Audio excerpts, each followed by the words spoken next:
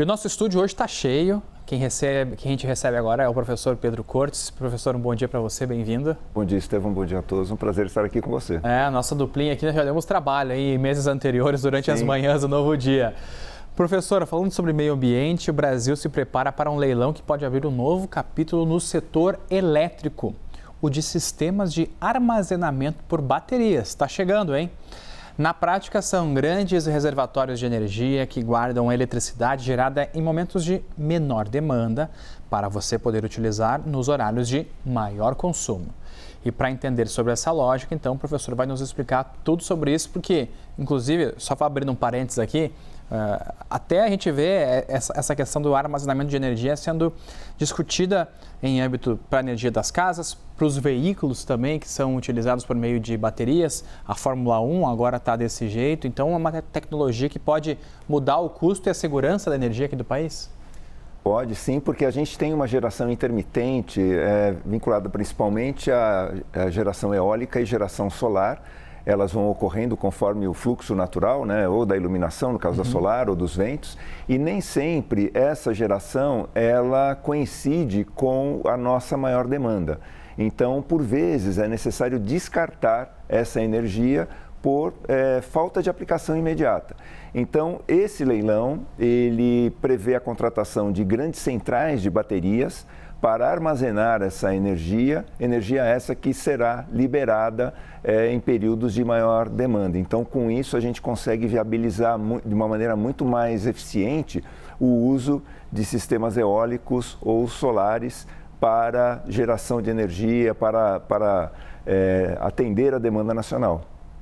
Professor, e esse leilão marca uma mudança, vamos pensar, mais profunda na lógica do setor elétrico? Sim, porque veja, o que acontece até hoje quando a gente não tem condições de atender plenamente a demanda, né? A gente é obrigado a utilizar a energia termoelétrica, que é a fonte mais onerosa que a gente tem. E principalmente este ano, aquelas térmicas, né, que usam combustíveis fósseis, elas vão ser muito penalizadas por conta da cotação internacional dos derivados de petróleo.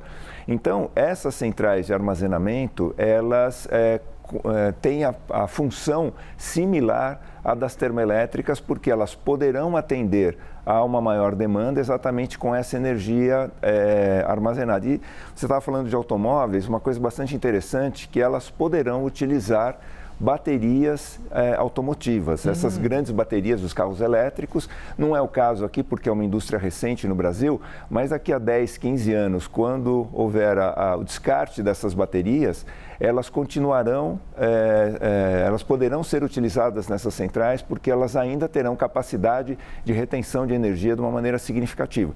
Elas deixarão de ser utilizadas nos automóveis porque elas não conseguirão mais atender aquele pico necessário para aceleração. Mas elas continuarão, por exemplo, tendo 80%, 70% de capacidade de armazenamento, grandes sistemas de bateria terão condições de atender plenamente a nossa demanda. O que falta, né, um ajuste final para que isso ocorra nesse semestre, o primeiro leilão, é um ajuste regulatório, porque, só para finalizar, um problema que se tem uma discussão. Todo mundo que usa as centrais, né, as linhas de transmissão, linhas de distribuição, tem que pagar uma taxa. E essas centrais vão utilizar duplamente, quando elas recebem energia e quando elas descarregam a energia. Então, se elas forem seguir a lógica normal do sistema, elas serão duplamente penalizadas, quando na verdade elas estão ajudando o sistema. Então, falta um ajuste regulatório para dizer em que momento que elas vão ter que pagar pelo uso da rede, né, e como isso vai ser tarifado. Mas o leilão deve ocorrer, estava previsto agora para abril, mas talvez até junho ele ocorra. E esse ajuste regulatório já está em discussão? Já está em discussão porque a previsão exatamente do primeiro leilão está sendo organizado pelo Ministério das Minas e Energia exatamente para ocorrer nesse semestre. Então, os ajustes finais estão sendo já discutidos. Tem matéria no site, professor, então, para a gente ver? Tem matéria no site. Eu agradeço por lembrar, porque eu sempre esqueço. Tem uma matéria no blog onde eu discuto exatamente essa questão aí. Quem puder, quem quiser mais detalhes, puder prestigiar, eu agradeço. Professor, a gente, aproveitando a sua participação aqui, a gente também tem falado muito sobre a possível crise energética que o Oriente Médio essa guerra está ocasionando. Existem algumas alternativas que podem nos ajudar com isso ou ainda não?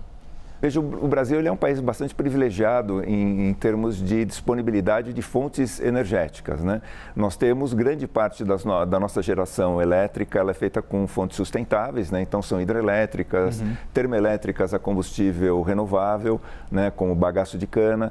Nós temos centrais eólicas, centrais solares. Então nós temos uma diversidade muito grande em termos de geração de energia e isso faz com que o uso de termoelétricas a combustíveis fósseis seja um uso reduzido, que tende a reduzir ainda mais. E em termos de combustível, o nosso calcanhar de Aquiles é o diesel, porque a gente tem para a movimentação dos automóveis, grande parte da frota utiliza combustível, utiliza o sistema flex, então os carros podem optar, né, os motoristas, ou pelo álcool ou pela gasolina, que já tem 30% de álcool adicionado.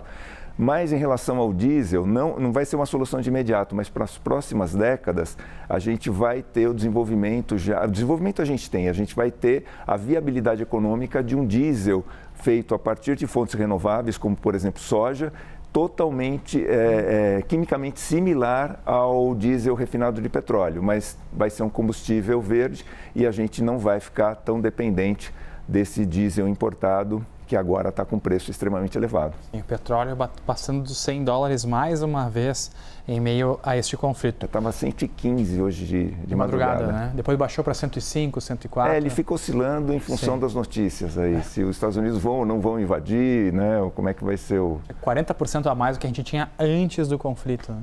Chegou em dezembro a $58 o barril. Nós viramos o ano, estava em torno de 60, 63, quer dizer, a conta é até maior, né? Dá um sobrepreço aí significativo.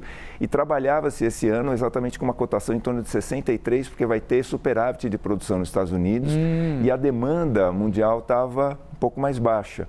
Então, trabalhava-se com uma cotação que quase metade da cotação atual, né? Para você ver como as coisas mudam.